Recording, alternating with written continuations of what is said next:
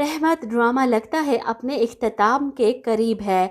50 तो पूरी कर चुका है और अब फाइनली बारी के सामने सच्चाई आ गई। अपने कानों से अपने बाप और ताया की सारी बातें सुन चुका है और इसी टाइम इसका नर्वस ब्रेकडाउन होता है और इसी हॉस्पिटल में पहुंच जाता है जिसमें अलीज़े एडमिट थी। तो जैसा कि अब तक आपने देखा कि बारी के ऑफिस का बंदा अपनी इंसल्ट बर्दाश्त नहीं करता, जिस तरह इसे ऑफिस से जलील करके निकाला गया, वो शयान साहब की सारी हकीकत बारी के सामने खोल कर रख देता है।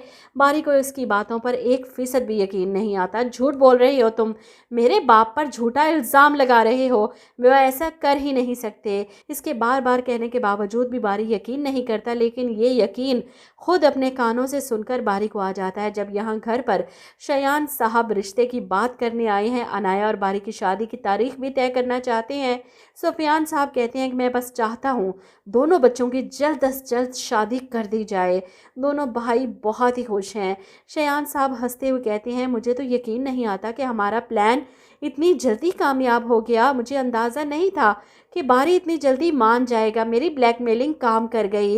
जिस पर सुफियान साहब हंसते हुए कहते हैं, इस लड़की को इसकी औकात दिखा दी और बीमारी का ड्रामा करके बारी से अपनी बात मनवा ली। दोनों भाई हाथ पर हाथ मारकर हंसते हैं और बाहर खड़ा बारी, जिसे देखकर मिनाल हैरान होती है कि तुम यहाँ पर क्यों खड़े हो, और बारी इसे चुप करवा देता है क्योंकि वो इसे भी अपने बाप की असलियत सुनाना चाहता था। सारी बात क्लियर होने के बाद बारी अंदर आता है और अपने बाप की इस शानदार परफॉर्मेंस पर क्लैपिंग करते हुए कहता है कि वाह डैड वाह, क्या खेल खेला है आपने अपने ही बेटे के साथ। बारी को सामने देखकर शयान साहब घबरा जाते हैं। नहीं बारी, तुम्हें कोई गलत फहमी हुई है, ऐसी कोई बात नहीं। जिस पर बारी चिल्लाता है, गलत फहमी? अरे वो दाऊद मुझे चीख चीख कर कहता रहा कि मेरे बाप ने परीक्षा से खुद रिज़ाइन लिया है, उसकी बेइज्जती की है, उसकी गुर्बत का मजाक उड़ाया है और मुझे और परीक्षा को दूर करने वाला कोई और नहीं मेरा बाप है। और मैं उसे झुठलाता रहा कि मेरा बाप ऐसा कर ही नहीं सकता। लेकिन यहाँ अपने कानों से सारी हकीकत सुनने के बाद तो वो चीखता चिल्लाता ज़मीन पर गिर जाता है और इसकी हालत देखकर सबकी जान निकल जाती है। फौरी तौर पर इसे हॉस्पिटल लेकर जाया जाता है और डॉक्टर बताते हैं कि इनका नर्वस ब्रेकडाउन हो गया है। 24 घंटे के अंदर अंदर इनको होश आ जाना चाहिए, वरना ये कोमे में भी जा सकते हैं। ये सुनकर तो शयान साहब वहीं पर ढह जाते हैं, इनका जवान जहान बेटा। और ऐसे में मिनाल अपने बाप को गुस्से और नफरत से घूर रही है। डैड, आपको क्या ज़रूरत थी ये सब करने की? बारी की खुशी आपके लिए कोई मायने नहीं रखती। आपसे उम्मीद नहीं थी। अगर बारी को कुछ हुआ ना तो मैं आपको कभी माफ़ नहीं करूँगी। शयान साहब परेशान कि अपनी औलाद की खुशियों को दांव पर लगाकर वो अपने बड़े भाई को मुतमईन और राज़ी करने में लगे रहे और आज अपने बेटे की ज़िंदगी की भीख मांग रहे हैं। अब इसी हॉस्पिटल में परीशे भी मौजूद थी क्योंकि अलीज़े इसी हॉस्पिटल में एडमिट थी। परीशे सारी फैमिली को हॉस्पिटल में देखकर हैरान और परेशान होती है। ऐसे में मिनाल की नज़र परीशे पर पड़ती है। वो भाग कर इसके पास आती है कि बारी की हालत बहुत ख़राब है, इसका नर्वस ब्रेकडाउन हुआ है। ये सुनकर परीशे के होश उड़ जाते हैं और वो सब कुछ भूल भाल कर बारी के लिए तड़प जाती है। वहीं घर पर रुमैसा बेगम, जो दूसरों की औलाद की ज़िंदगी बर्बाद करने में लगी है और अपनी औलाद के लिए दुआएं मांग रही है कि अल्लाह मेरे बच्चों को कामयाब करे।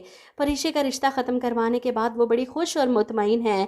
ऐसे में परीशे के ससुराल से बार बार फ़ोन आ रहा था और ये लोग अलीज़े की परेशानी में इनसे बात ही ना कर सके।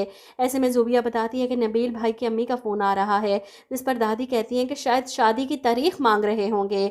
मेरा ख्याल है कि मार्च की कोई तारीख दे दो, बहुत अच्छा मौसम होता है मार्च में।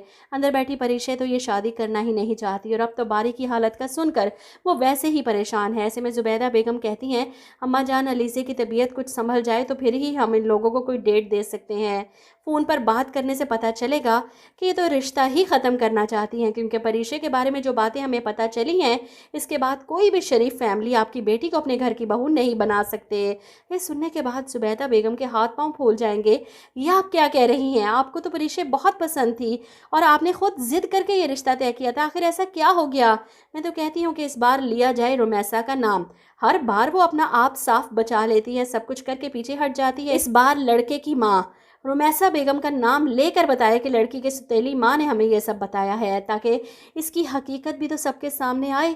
आलम साहब वहीं पर मौजूद थे, जो अपनी बेटी की शादी की बातों पर अम्मा जान की हाँ में हाँ मिला रहे थे। और इस बार तो इन्हें अपनी लाडली चहीती बेगम की असलियत पता चल जानी चाहिए, क्योंकि बहुत हो गया। जब का ड्रामा शुरू हुआ है, रुमैसा बेगम की यही हरकतें हैं और आखिरी किस्त में अगर हल्का फुल्का सा इनका अंजाम दिखा दिया तो क्या फ़ायदा। आप लोग क्या कहते हैं इस बारे में? एक कमेंट करके ज़रूर बताइएगा।